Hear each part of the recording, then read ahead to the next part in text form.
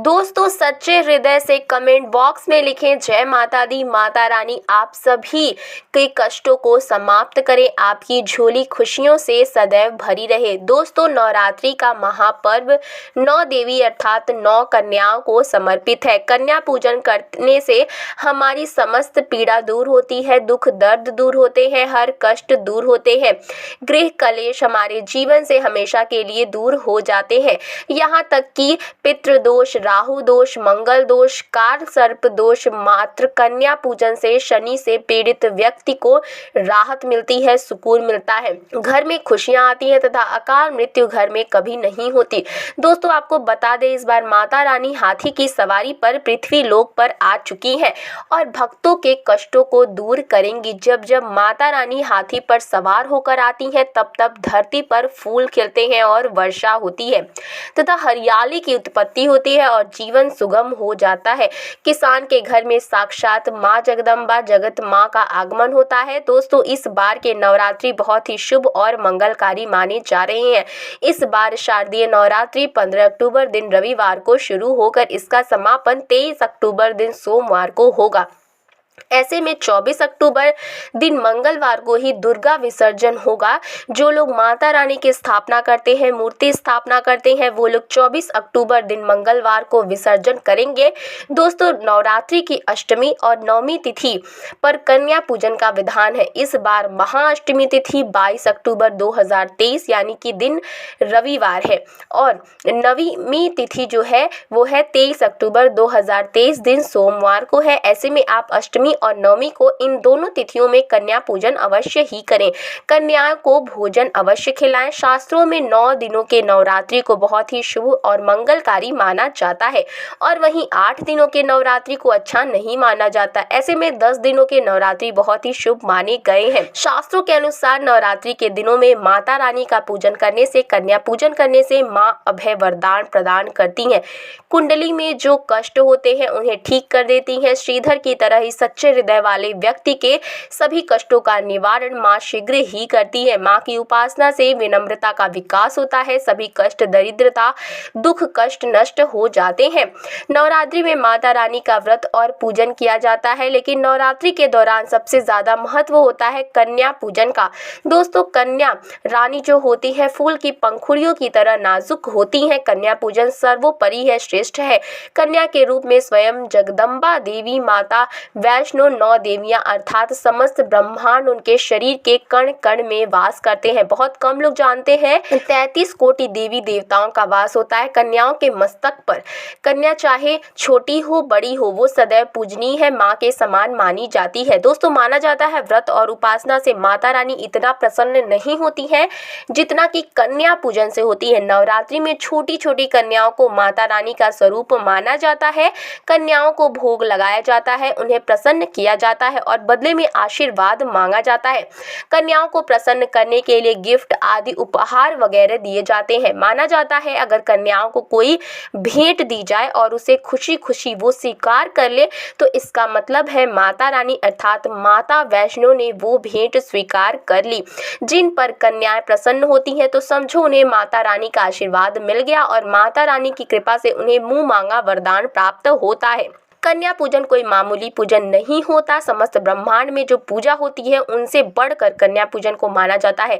10 बार गंगा स्नान करने से और 100 बार यज्ञ करने से तथा 1000 बार यात्रा करने से जो पुण्य मिलता है वो मात्र एक बार कन्या पूजन करने से करोड़ों गुना भक्त को मिल जाता है, प्राप्त हो जाता है। दोस्तों इसीलिए कहा जाता है कि कन्याओं को सताना नहीं चाहिए, इससे समस्त ब्रह्मांड हिल जाता है। कन्याओं की जितनी सेवा की जाए कम ही होती है। कन्याएं कोई मामूली नहीं होती हैं। कन्या के रूप में स्वयं उनके मस्तक पर विराजमान होकर स्वयं देवी चलकर आपके घर तक आती हैं।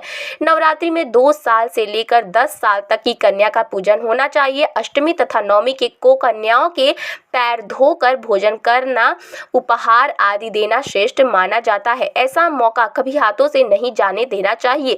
इस दिन जितना ज्यादा हो सके कन्याओं को हाथ पैर पकड़कर अपने घर पर लेकर आए। दोस्तों कैसे करें कन्याओं का स्वागत। कन्या जब आपके घर आए तो सभी के पैरों को दूध और पानी से उनके पैरों को धोना चाहिए। खासकर मर्दों को कन्याओं के पैर अवश्य धोने चाहिए, इससे मैया वैष्णव प्रसन्न होती है। दोस्तों फिर उसके बाद कन्याओं को किसी साफ जमीन पर कपड़ा बिछाकर बैठाना चाहिए, उनके माथे पर अक्षत, फूल और कुमकुम लगाना चाहिए। फिर उसके बाद भोजन ग्रहण करवाना चाहिए।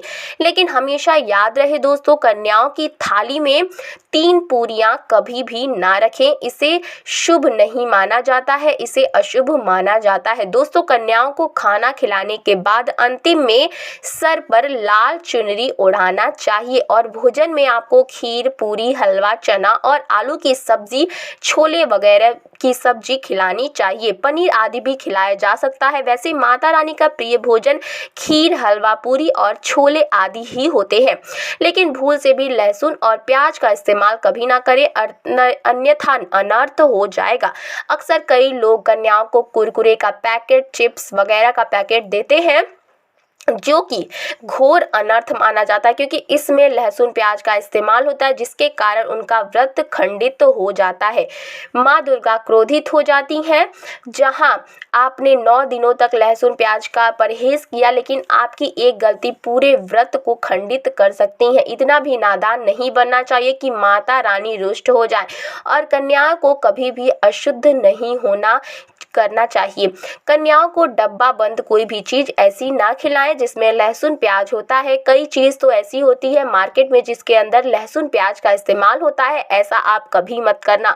दोस्तों कई लोग कन्या पूजन में खाना घर पर नहीं बनाते और मार्केट से रेडीमेड लाकर ही खिलाते हैं तथा दही जलेबी ही खिलाते हैं, जो कि शुभ नहीं माना जाता। दोस्तों ऐसा खाना वो लोग खिलाते हैं जिनके घर में मान लीजिए कोई दुर्घटना आदि हो गई हो, या घर में कोई बीमार है या कोई मुसीबत है, तब वो ऐसा करते हैं। लेकिन अगर आप स्वस्थ हैं, आपको कोई पीड़ा नहीं है, तो ऐसा भूल कर भी नहीं करना चाहिए। माता रानी दही जलेबी नहीं, आपके हाथों का बना खाना खाने आती हैं, आपका प्यार चाहती हैं। फिर चाहे आप घर में एक ही पूरी क्यों ना बनाए, माता के लिए आप स्वयं ही अपने हाथों से माता रानी को भोजन खिलाएं। फिर देखिए भले ही आप दही जलेबी खिला सकते हैं, परंतु माता को घर का बना हुआ शुद्ध भोजन ही अति प्रिय है। खासकर नवरात्रों के दौरान घर में पका खाना अवश्य बनाना चाहिए। माता रानी बहुत प्रसन्न होती हैं। घर का पका खाना ही कन्याओं को खिलाना चाहिए। हमेशा याद रखें, कन्याओं को प्लास्टिक के बने दोने में नहीं खिलाना चाहिए। ऐसे बर्तन पूजा पाठ के लिए शुभ नहीं, अशुभ होते हैं, क्योंकि प्लास्टिक के ज्यादातर बर्तन जो होते हैं जानवरों की हड्डियों द्वारा बनाए जाते हैं, इसीलिए ऐसा पाप मत करना। कन्याओं को हमेशा स्टील के बर्तन या पत्तों से बने बर्तनों में ही भोजन कराना चाहिए, बहुत ही शुभ माना गया है। अगर पेड़ के पत्ते में भोजन कराते हैं तो अभय वरदान प्राप्त होता है। दोस्तों एक और बात हम आपको बताने वाले हैं कि यदि नवरात्रों के समाप्त होने के बाद यदि बीच में कन्या पूजन में शुक्रवार का दिन पड़ जाए तो कन्याओं को कोई भी खट्टी चीज नहीं खिलाना चाहिए, क्योंकि शुक्रवार का दिन माता संतोषी को समर्पित होता है और माता संतोषी नवरात्रों के दिनों में सक्रिय अवस्था में होती है, यानी वो भी 9 देवियों के साथ में आपके घर में आती हैं। इसीलिए कन्याओं को भूल कर भी शुक्रवार दिन अगर पड़ जाए तो खट्टी चीज घर में नहीं बनाना चाहिए और कन्याओं को कभी भी खट्टी चीज नहीं खिलानी चाहिए, घोर पाप लगेगा। आपका किया कराया सब बर्बाद हो सकता है। खट्टी चीजों से माता संतोषी रुष्ट हो जाती हैं, चिढ़ सकती हैं, आपको श्राप दे सकती हैं, इसीलिए नादान ना बने। दोस्तों भोजन करने के बाद कन्याओं की थाली में एक लौंग जरूर रखना चाहिए, क्योंकि लौंग देवी शक्ति तथा दुर्गा माँ को बहुत प्रिय है। लौंग माता शक्ति का प्रतीक है। लौंग में 9 दुर्गा का वास होता है।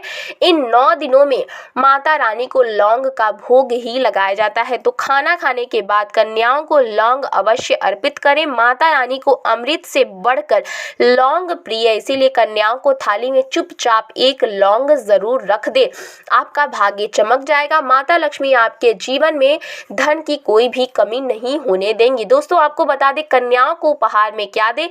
कन्याओं को खुश करने के लिए उनकी थाली में दक्षिणा डालें, ताकि आपके घर में संपन्नता बनी रहे तथा धन की कोई भी कमी ना हो। कन्या जब आपके घर से खुशी खुशी धन लेकर जाती है तो वो भी आपको खुशी खुशी कई गुना आपको धन प्रदान करती है।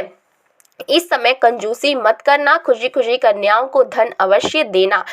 कन्याओं को कोई सुंदर गिफ्ट दे सकते हैं। शास्त्रों में बताया जाता है कि कन्या जितना खुश होती है, माता रानी उतनी ही जल्दी आपको फल प्रदान करती हैं। ऐसे में आप कन्याओं को चॉकलेट बॉक्स दे सकते हैं तथा खूबसूरत कपड़े दे सकते हैं। याद रखें, काले कपड़े ना दें और स्टील के बर्तन भी गिफ्ट के तौर पर दे सकते हैं। याद रहे कि कन्याओं को लोहे का कोई भी सामान नहीं देना चाहिए, नहीं तो राहु केतु का प्रभाव आपके जीवन में प्रवेश कर जाएगा। राहु काल तथा राहु दोष आपको लग जाएगा, आप बर्बाद भी हो सकते हैं। दोस्तों, जब कन्या अपने घर के लिए प्रस्थान करे तो उनके चरण जरूर छुएं और अपने मन में अपनी प्रार्थना को बोले। सच्चे दिल से मांगी हुई मुराद माता रानी अवश्य ही पूरा करती है।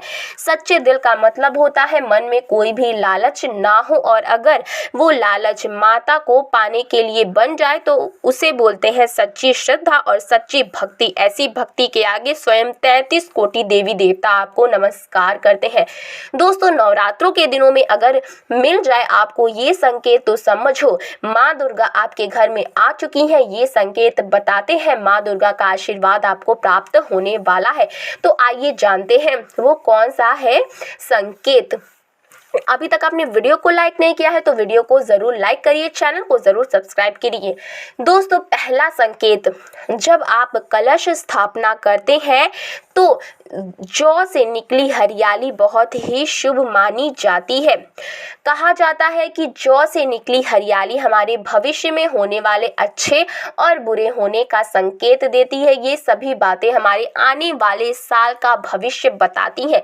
यदि आपने जौ बोए हैं और वह किसी कारणवश नहीं हो पाए तो ये संकेत बहुत ही मनहूस माना गया है। कहा जाता है कि नवरात्रों में जौ अगर सूख जाए या बढ़ते नहीं है तो आपको समझ लेना चाहिए कि ये साल आपका खराब होने वाला है तथा घर में कोई बीमारी आने वाली है, या दिन दोगुनी रात चौगुनी आपकी कम होने वाली या घटने वाली है। दोस्तों, ये धन हानि का संकेत माना गया है क्योंकि आपने कोई ना कोई गलती ऐसी कर दी होगी जिसके कारण माता रानी नाराज हो गई है। इसीलिए माता से आपको क्षमा अवश्य मांग लेना चाहिए। माँ अपने भक्तों को अवश्य माफ करती है। और दोस्तों, यदि जो हरे भरे हो जाते हैं तो ये शुभ माना जाता है। इससे आने वाले समय में आपको बहुत ज़्यादा ही धन लाभ होगा। माना जाता है कि 1 रुपए का सिक्का या चांदी का कोई भी सिक्का जौ के बीचों बीच में अगर मिट्टी में दबा दिया जाए तो घर में सुख समृद्धि आती है, माता लक्ष्मी दौड़ी दौड़ी चली आती है। जौ के अंदर हमेशा 1 रुपए का सिक्का अवश्य डालना चाहिए। जौ को खाली नहीं रखना चाहिए, उसमें धन वगैरह अवश्य डालना चाहिए। इससे माता का आशीर्वाद सदैव परिवार पर बना रहता है और जीवन में कोई भी संकट नहीं आता। खाली जौ मतलब धन भी खाली, खुशियां भी खाली ही मिलेंगी। दोस्तों, नंबर 2, यदि आपकी नवरात्रि में नींद सुबह के 4 बजे के आसपास खुलता है तो इसे बड़ा ही शुभ संकेत माना जाता है, क्योंकि ये समय ब्रह्म मुहूर्त कहलाता है। इस समय देवी शक्ति अपने अच्छे भक्तों को ही जगाती है। इस समय उठना मतलब माता की कृपा प्राप्त करने के बराबर माना गया है। ये संकेत बताते हैं कि माता की सच्ची भक्ति का प्रभाव आपके ऊपर हो चुका है और माता रानी आपको जल्दी ही कोई खुशखबरी देने वाली है। माँ आपकी सच्ची भक्ति से बहुत खुश है। दोस्तों, नंबर 3, यदि नवरात्रि में आपका मन प्रसन्न होने लगे, पूजा पाठ में आपका मन लगने लगे, पूजा करते समय मन का शांत होना ये दर्शाता है कि आपको बहुत जल्द माँ की कृपा प्राप्त होने वाली है। माता रानी आपकी भक्ति से बहुत खुश है। आपकी भक्ति माता रानी को आनंद दे रही है। ऐसे व्यक्ति को समझ जाना चाहिए कि उसके जीवन में अब अच्छा समय आने वाला है। दोस्तों, नंबर 4, नवरात्रों के दौरान अगर माँ के गले से फूल गिर जाए तथा जौ के हरे भरे पत्ते अगर बिन हवा के हिल जाए तो इसे अति उत्तम माना गया है। ये संकेत बताता है कि माता रानी का आगमन आपके घर में स्थायी रूप से हो चुका है। आपको माता लक्ष्मी की कृपा प्राप्त होने वाली है। ये संकेत कुछ खास लोगों को ही दिखाई देते हैं। माना जाता है कि पूजा करते समय अगर धुआं अधिक बढ़ जाए तो इससे ये पता चलता है कि आपके घर से गरीबी हमेशा हमेशा के लिए जाने वाली है। भूत प्रेत आत्माएं अब आपके घर से हमेशा के लिए जाने वाले हैं। पूजा करते समय धुएं का अधिक होना बहुत ही शुभ और मंगलकारी माना गया है। ये संकेत भविष्य में अच्छे परिणाम को दर्शाते हैं। दोस्तों नंबर 5, द्वार पर आई गाय का आना। वेदों में बताया गया है कि नवरात्रि के दौरान गाय माता का घर में आना बड़ा ही शुभ संकेत माना गया है। नवरात्रि में द्वार पर गाय का आना अत्यंत शुभ है। यदि आपके भी द्वार पर गाय आती है तो गाय के माथे पर कुमकुम लगाना ना भूलें तथा गाय को रोटी जरूर खिलाएं। इससे माँ दुर्गा अत्यंत प्रसन्न होगी और आपकी झोली खुशियों से भर देंगी। द्वार पर गाय का बार बार आना भी जीवन में आने वाले अच्छे संकेतों की ओर इशारा करता है। तो आज के लिए बस इतना ही। वीडियो आपको कैसा लगा और ये जानकारी कैसी लगी हमें कमेंट बॉक्स में जरूर बताएं। साथ ही साथ वीडियो को लाइक करें, चैनल को जरूर सब्सक्राइब करें। धन्यवाद।